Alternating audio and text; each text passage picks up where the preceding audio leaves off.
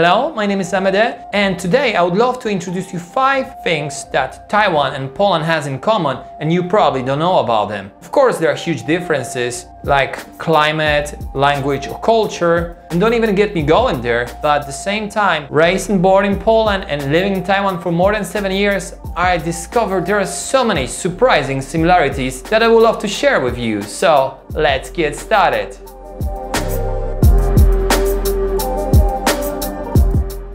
My Taiwanese friends make eyes as big as 50 NT dollars whenever I tell them that. They ask me, hey, what is the most popular dish in your country? Well, in Poland we have lots of dishes, but if I have to pick something that is special and at the same time delicious and very popular, I would go for one, which are dumplings, also known in Polish as pierogi. So yes, we eat dumplings, and I love Taiwanese dumplings too.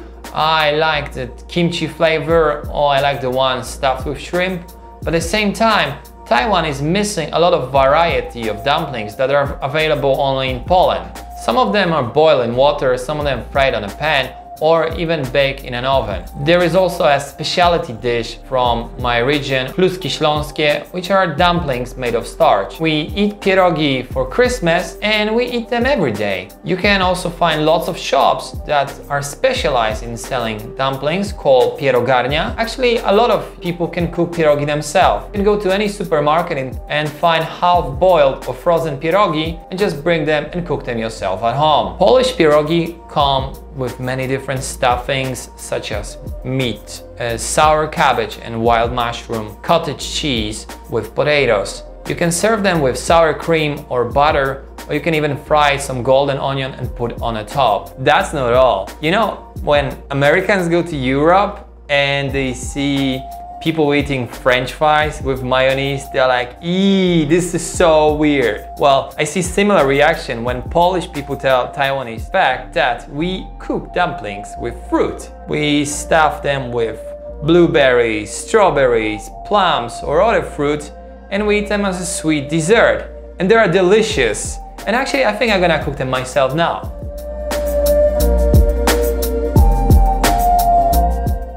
Drinking tea in Poland is huge, and you probably won't believe me, but Polish people drink more tea than Japanese or Taiwanese. It is very common to drink tea in Poland with any meal from breakfast till dinner, or just drinking tea by itself. When you host your guests in Poland, you're gonna ask them kawa czy herbata, which means would you like to have some coffee or tea. This phrase is so popular that it even made a name of a morning TV show. Polish people mostly drink black tea from tea bags, but also herbal and root teas are very popular. In Poland, we don't have tea ceremonies and beautiful traditional rituals that are observed here in Taiwan. Also, the tea drunk in Poland is not as great and fresh as the one here, and because of our climate we cannot grow it, so all the Polish tea is actually imported from other countries. There is a saying in Polish that goes gość w dom, Bóg w dom, which means if you have a guest at your place, you should treat him as a god visited himself. So it means like Polish people gonna be very hospitable to the people who visit. And it goes around many places. For example, if you're at a train station, you have a heavy suitcase, probably somebody gonna approach you and say, hey, do you need a hand with that? Or if you're a lady, lots of guys gonna open the door for you and ask you to go in first. If you're an elder, you're gonna see lots of people who are gonna ask you to sit down and give away their seats. Actually, those behaviors in Poland are not very considered special. It's the opposite. If you don't do them, it's considered to having no manners or being badly educated. The other thing about Poland, it is a quite homogeneous society. If you're a foreigner, you're probably easy to spot, and lots of people just want to help or practice their English, so they're gonna approach you and ask, hey, do you need some help because you look lost, or they just ask you. And well, the same things happens to me in Taiwan all the time. So for example, I wait for someone at a train station and people come to me and ask, hey, are you lost? Do you need some help? And I'm like, no, I'm fine. I'm just waiting for someone here.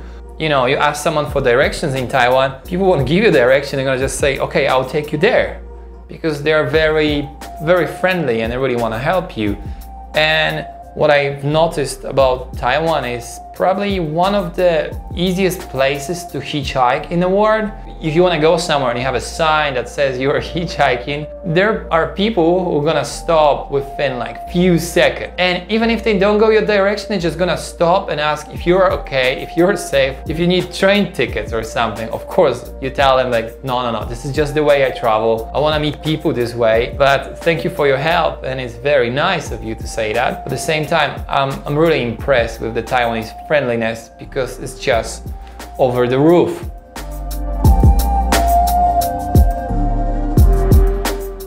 The recent history, especially the 20th century, wasn't the best time in Polish history. I mean, you had the First World War, the Second World War. After this, you had 45 years of Soviet occupation when people lost lots of rights, such as voting rights, freedom of speech, and there were lots of repressions against any freedom movements. However, for the last 30 years, things changed a lot, and Poland is a part of NATO, part of European Union, and living conditions and economical situation of the country improved a lot. The history has lots of similarities between Poland and Taiwan. Now Taiwan is an example of a great democratic and liberal state, but it wasn't always like this, and lots of people before have to fight for it and have to sacrifice for this. So now the younger generation can enjoy more freedom and better quality of living. They really appreciate they have a chance to live in such a great places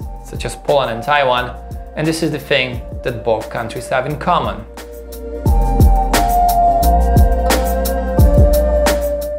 The family is extremely important in Taiwan, and you can see it everywhere, like when people go out to restaurants, when people go for a trip together, or they live together in one house, like 3 different generations. It is a similar thing in Poland. Lots of younger people move out from their houses only if they are in late 20s or early 30s. Family relationships are very important. For example, in 2020, because of the coronavirus, people couldn't meet for Easter. Lots of people were very sad and they couldn't even imagine how is it possible not meeting your family for holidays. And that being said, I think being independent and self-reliable, it is extremely important for a person. But at the same time, if there are a few people you share a lot, I think it's very important to have a good relationship with them. I cannot imagine there are some people who give a call to their parents once a year and I never see them again for the next 12 months. And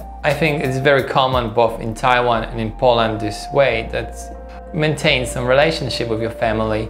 I see those feelings sometimes very strong, especially when I work as a wedding photographer and I see mixed couple getting married, their daughter or their son, and after the wedding they're moving out abroad. When you see parents, especially men, crying, it shows how strong is the relationship in families here in Taiwan.